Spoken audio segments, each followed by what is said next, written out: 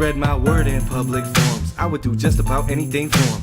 Defend you from all enemies, domestic and foreign. Tyranny is not only reigning, but in fact you know it's pouring out. Injustice is ignoring, all the people are left torn. It's not so easy in this world to see the devils without horns, but let's face it, time is wasted, tails are chased without reform. So don't vote them fuckers in, show them all the door. Not just talking about Republicans, but all of them, of course. This is going to be a quick update video on the Ruger LCP. I made my first video on this over 2 years ago, maybe 2.5 years ago, something like that. Posted my first video on this gun. It's one of my favorites. As far as handguns goes, it was one of the first ones that I had. Yeah. And it's loaded, so I'm going to unload it. That's the noise that you hear in the background. Safety check.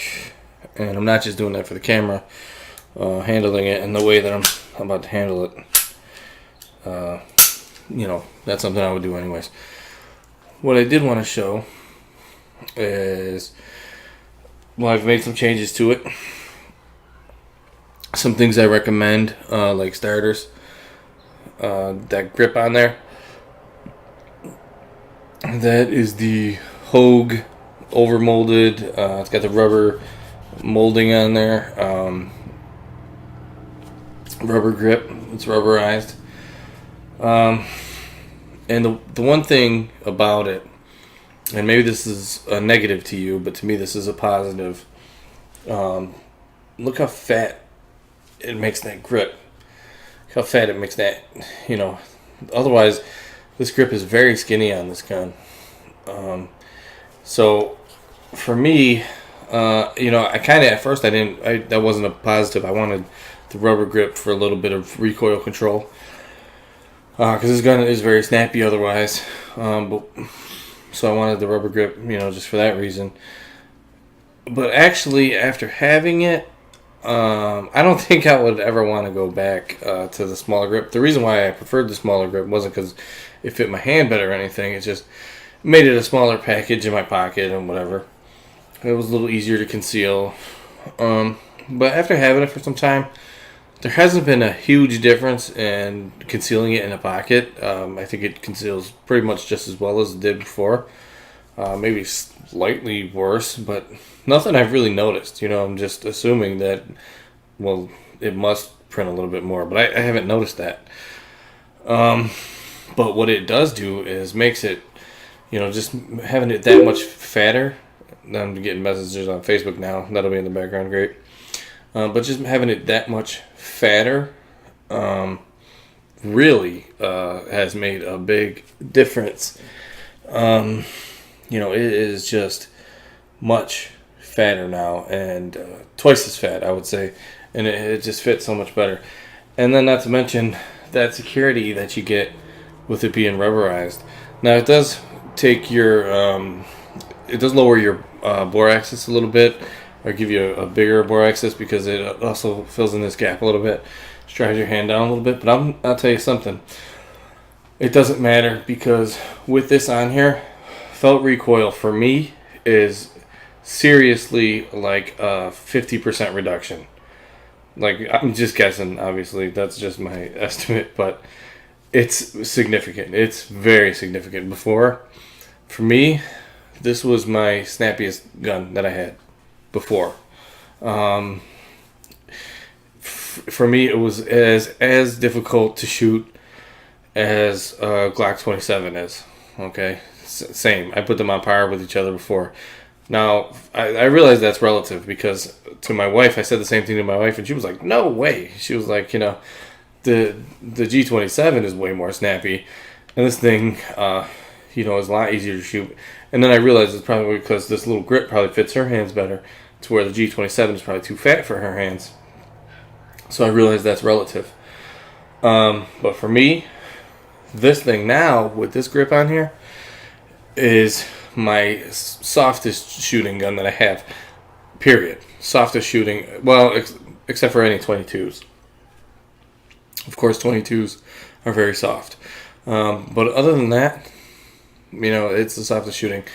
Besides that, I wanted to say that this thing has been 100% reliable. I haven't had any issues with reliability at all whatsoever after all this time. And, I don't even, really, I mean to keep track of the rounds that I fire, the amount of rounds that I fire. And I don't. I just always forget.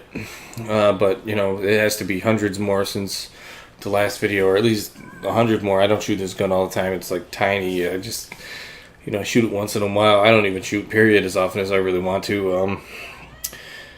Another thing that I did, another modification that I did, is, while I'm on to shooting, and I remember, is white paint on the front sight there, as you can see. I did have a problem with this, just as a way of disclosure. The barrel, I had noticed when I went to go clean it one day, after a period of not shooting it, I might add. I hadn't shot it in a while. Months, probably 4 or 5 months at that time. I don't even remember, but it had been a while. I do remember that, and I was cleaning it, just periodic cleaning from carrying it, because if you carry a gun, you know that you get dust in there, and lint, pocket lint, and whatever. And I'm looking down the barrel, and on the chamber end of the barrel, right in front of the chamber, was a rust spot, and it was a rust spot bad enough to where it actually had made a little crater in the barrel. And I went and used it like that. I thought maybe at first I couldn't tell what it was in there. I thought maybe something was stuck in there, because before cleaning it, it was like a little mound of rust, right? So I cleaned it out, and then I could see it was like a little dent, but I couldn't really get to it. So I was still kind of hoping maybe something was stuck in there. So I took it and fired it, and hopefully maybe that will clean it out, whatever it is, remove it. Went and looked at it, and still was in there. So the gun functioned fine with it in there. Didn't seem to affect accuracy. But then I left it, I lubricated it, left it sit, purposely put oil in it, and I actually stopped carrying it because of that it was bothering me, and I didn't want to carry it. And then I went and looked at it again. It was like a week later, and there was a little rust pile on there again, even though I had left the inside of the barrel actually oiled. So I said, that's not normal. So I contacted Ruger, and right away, well, they wanted a picture of it first, and I think they wanted a picture of it. I can't remember, but I kind of remember sending a picture of it. I don't know if I volunteered that or if they wanted me to do that. But they sent me a shipping label. I shipped it to them. They shipped it back. When they shipped it back, I could tell that it was a used barrel that they shipped me back. And I was like, what the hell? But it was more, it looked like my old barrel, but it was more worn out, and the rust spot was gone. I contacted Ruger. Turns out they made a mistake. They had tried to remove the spot from the barrel for me, which it seems like they did. But after that, they had decided to just send me a new barrel. I guess there was some kind of mix-up with the guy who was supposed to send it, and he sent me my old one back instead of the new one. So that was kind of a hassle. I had to send both times I had to send the entire gun to them. I couldn't just send the barrel. And then, so I sent the gun back to them, and then they sent it back, and it was fine with the new barrel. And so that's the new barrel that's in there now.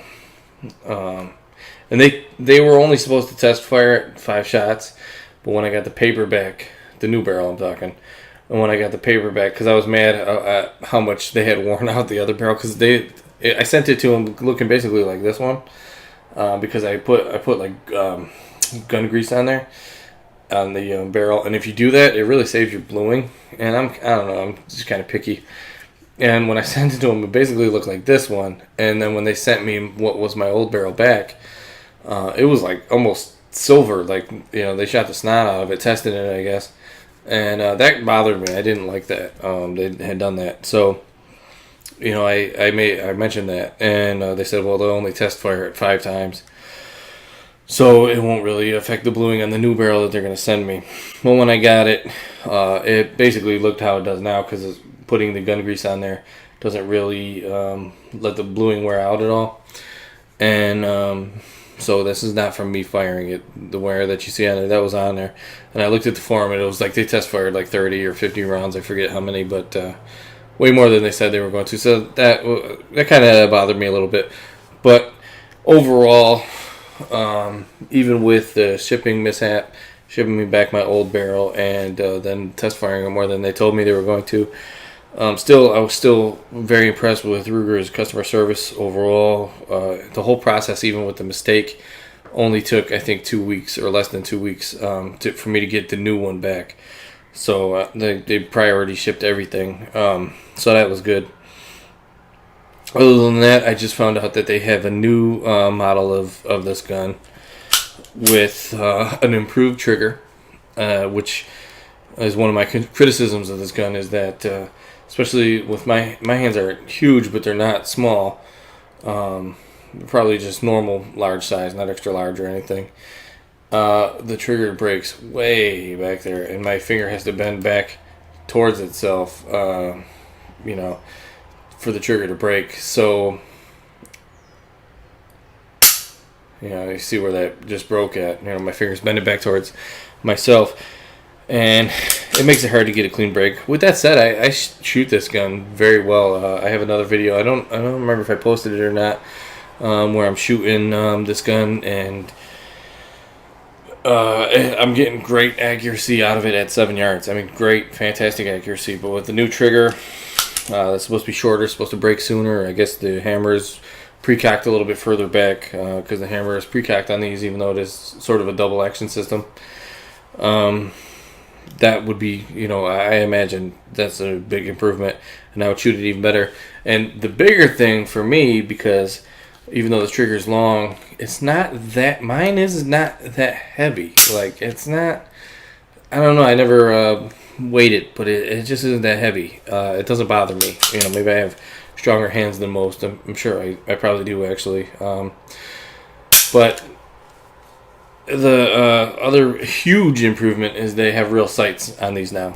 And that is a real huge improvement, because these sights suck, which is why I mentioned I put front sight paint on there again. Hopefully you can see that. And, for me, that front sight paint helps a ton. But yeah, still 100% reliable. All different types of ammo, cheap ammo, good ammo, 100% for sure with everything. But the those Hornady's, I would be very surprised if the Hornady critical duty, critical defense, I'd be very surprised if any of those ever malfunction, because they're just shaped so nicely. And but yeah, I think that's everything. I think I covered it all. But still a great gun. Still highly recommend. Definitely for the tiny 380s, this is my recommendation.